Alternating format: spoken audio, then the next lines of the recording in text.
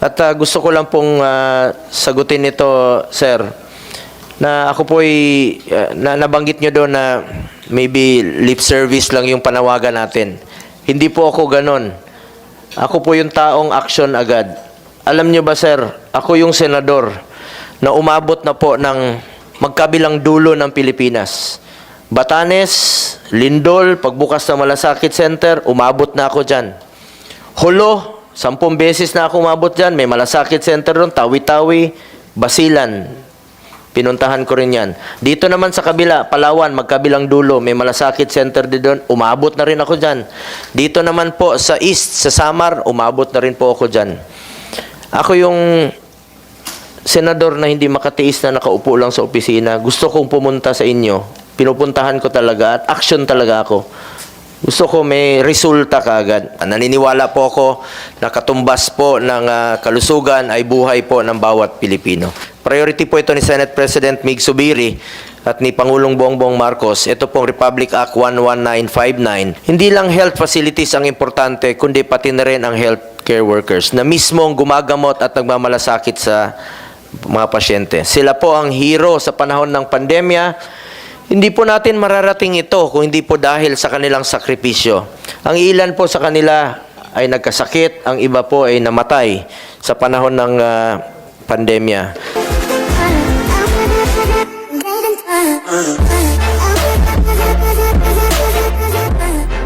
Na wala po last week at dito ngayon, may we request them to stand up, raise your right hand, and para po mag-swear. Yeah, yung hindi lang po, okay na yung tapos na last week, Yung last meeting. Apo. So, taas po natin kanang kamay natin. Do you swear to tell the truth, the whole truth, and nothing but the truth in this inquiry in the legislation of the Committee on Health and Demography? I do po. Maraming salamat po. You may now sit. Let me give my brief opening remarks. Last month, we conducted a hearing to discuss measures that would further strengthen our healthcare system. Particular dito, pinag-usapan natin ang pagpapabuti at pag-upgrade ng mga public health facilities sa buong bansa, no? Sa hearing, binigyan din ko rin po ang pag-invest sa ating healthcare system ay isang mahalagang pamumuhunan para sa kinabukasan ng bansa. Naniniwala po ako na katumbas po ng kalusugan ay buhay po ng bawat Pilipino. Given this, we heard last hearing the manifestations of our counterparts from the House of Representatives on various bills seeking to establish and upgrade public hospitals all over the country. I fully support the intent and objectives of these local bills, but if we are to pass this, I reiterate the need to ascertain the commitment of the DBM and the Department of Health as to the implementation and funding of these local bills. Ayaw po natin na maging white elephant ito, pasa-pasa tayo, tas hindi naman po magagamit at masasayang po. Dapat siguraduhin na ang bawat ospital ay may sapat na pondo para po sa pagpapatakbo at pagpapanatili sa mga ito. Hindi dapat ito maging white elephant or unfunded loss. Today, we shall hear one by one the position of the DOH and DBM on each local bill in our agenda. In relation to this, we will also continue to look into the implementation of the Philippine Health Facility Development Plan. It is crucial to know the priorities of the DOH and DBM in funding the construction, repair, or rehabilitation of various public health facilities. As I have mentioned in the last hearing, we passed 69 laws during the 18th Congress for the upgrade and establishment of various public hospitals all over the country. Ako po ang principal sponsor ng mga ito. As Vice Chairman po ng Committee on Finance, we also advocated for the construction of more than 700 super health centers from 2022 to 2024. This Congress, we authored and principally sponsored. Priority po ito ni Senate President Mig Zubiri at ni Pangulong Bongbong Marcos. Ito pong Republic Act 11959, also known as the Regional Specialty Centers Act, which mandates the establishment of regional specialty centers within DOH regional hospitals. Maganda po ang layunin ng batas at ng programang ito, kaya dapat ma-implementa po ito. It's a multi-year plan of the government. We do not want white elephants. We need operational health facilities para sa ating mga kababayan. In this hearing, we shall hear the presentation of the DOH on the status of the implementation of these projects and programs. Importante po, updated ang komite at Senado sa progress ng mga proyektong ito. While we endeavor to improve our health facilities, we also exerting efforts to enhance and make more accessible the medical assistance programs of the government. It is for this reason we passed Republic Act 11463 or the Malasakit Centers Act to ensure that medical assistance would be available to patients in public hospitals, particularly in DOH hospitals. We want to be constantly updated on the implementation of this law. Umapila po ako na gamitin po ang pondo ng ng gobyerno para sa ating mga mahirap nating kababayan. Kaya nga po tinawag itong MAIP, Medical Assistance for Indigent Patients. Tandaan natin, sa 2024 GAA, 58 billion ang inaprubahan po na pondo para sa MAIP sa 2024 GAA. Walang dapat matanggihan na pasyente dahil lahat naman sila ay nangangailangan at mga mahirap nating kababayan ang pupunta rito. Tandaan natin, pera po ito ng mga kababayan natin. Para po ito sa mga mahirap. We need to be updated on the balances and utilization from time to time. Aside from the medical assistance, equally important is the health insurance provided by the government. Lahat po ng Pilipino ay miyembro ng PhilHealth, kaya gusto po nating marinig sa PhilHealth kung ano ho ba yung mga magagandang programa nito. We want to examine the coordination between the DOH and PhilHealth in the implementation of each other's program, particularly on the availability of PhilHealth programs in public health facilities. Kaya tayo naglagay ng super health centers para mailapit po ang serbisyo medical sa ating mga kababayan at siguraduhin natin na may serbisyo po na makukuha sa mga super health centers. Dapat guided po ang LGUs paano sila ma-accredit ng sa super health centers dahil yung iba hindi nila alam anong gagawin nila. Nandiyan na yung super health center, gusto na nila magpakonsulta, pwede naman silang maging libre po ito through konsulta program po ng PhilHealth. I commend the efforts like the Bagong Urgent Care and Ambulatory Service or Bukas and Health Caravans. Malaking tulong po ito sa mga kababayan natin. Pero ito pong Super Health Center, may structure na po ito. Kailangan rin po, Secretary Ted, na maganda po ang coordination with the PhilHealth or konsulta program para maka-avail naman sila ng libre konsulta mula sa gobyerno. Another aspect we shall look into is the welfare of our healthcare workers. Hindi lang health facilities ang importante, kundi pati na rin ang healthcare workers na mismong gumagamot at nagmamalasakit sa mga pasyente. Sila po ang hero sa panahon ng pandemya.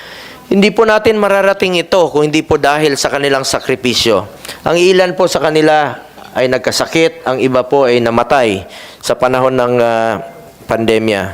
Sana po ay huwag silang pabayaan. In this hearing, we will ask the DOH and DBM for a detailed presentation and report on the status of the release of health emergency allowance due to our healthcare workers for their services rendered during the period of public health emergency due to COVID-19.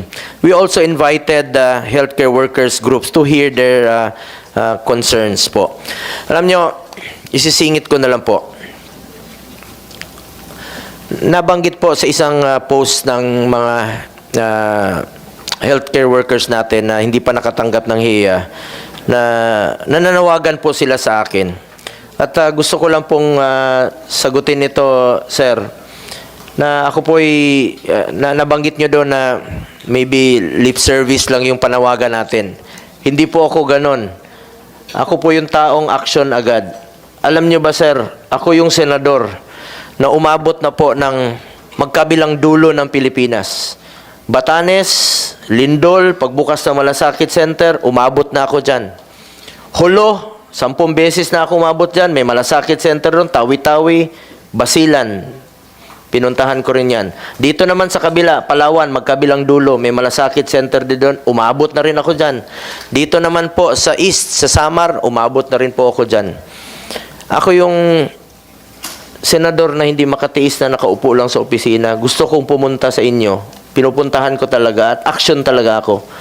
Gusto ko may resulta kaagad. Kaya po tayo narito at gusto ko rin pong ipaintindi sa inyo na kami bilang senador, kami ni Sen. Rafi, ay kami po yung mga mambabatas. Ang nagsasubmit po ng budget ay ang executive. Pag gumawa sila ng budget proposal, isasubmit nila yan sa DBM. Ang DBM naman po, ang magsasubmit sa Kongreso at magsasubmit naman po ang Kongreso. Pagkatapos sa Kongreso, dadalhin po yan sa Senado at finally, isasubmit po yan sa Presidente. So tatanungin natin sila ngayon kung ano bang naging prioridad nila at isa ho ba ang health emergency allowance sa naging prioridad nila dito sa paglalaan po ng pondo. Ako po, hindi po ako tumitigil mag-appeal sa kanila na bigyan po ng prioridad itong health emergency allowance dahil services rendered na po ito. Pinagpaguran nyo na po ito. Pinaghirapan nyo na po ito. At yung iba po ay 2 taon na po ang nakakaraan. So ang tanong dyan ngayon sa DBM, sa DOH, kung isa ba ito sa inyong naging prioridad at magiging prioridad. At appeal ko, for the end time, umaapila po ako sa DOH, sa DBM, kung meron naman kayong mga unprogrammed funds na inilalaan, bakit hindi nyo ilagay sa pinaka-tuktok ang itong health emergency allowance, pinaka-priority nyo na unprogrammed funds para matapos na yung obligasyon sa kanila. Pinaghirapan na nila to, pinagpaguran na. Ano ba naman yung 3,000, 10,000 sa pawis at sakripisyo ng ating mga health workers. Kawawa naman to. Kailangan pa ba nilang magmakaawa pa sila sa inyo para lang bayaran ninyo?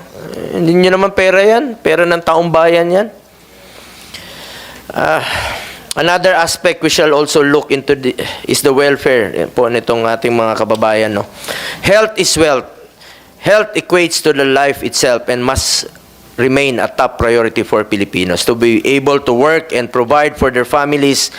Kaya dapat tayong maging handa sa anumang banta sa ating healthcare system. Nababalitaan nga natin na tumataas ang bilang ng kaso ng pertussis at tinatawag na whooping cough, no? Umaapila rin po ako na maglatag ng mga interventions at sa kooperasyon ng mga komunidad ay mababawasan ang paglaganap ng naturang sakit at maiwasan na may masawi sa ating mga kababayan. At marami na po mga lugar ang nag-declare ng state of calamity, including Iloilo. Umaapila rin tayo sa ating mga kababayan na voluntaryong magsuot ng mask. Kung hindi naman po ito sagabal sa inyong parte, nasanay na nga tayo nun na magsuot ng mask. Bakit hindi kung kailangan, no? Lalo na ngayon na kumakalat po itong pertussis.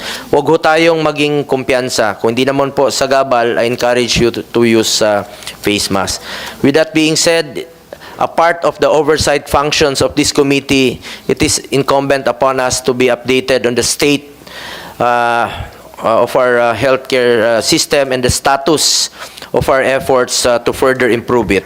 If necessary, we will call for a weekly or even monthly hearing to check whether the progress of programs involving health. Magtulungan po sana tayo para makapagbigay tayo ng maayos na serbisyo po sa ating mga kababayan.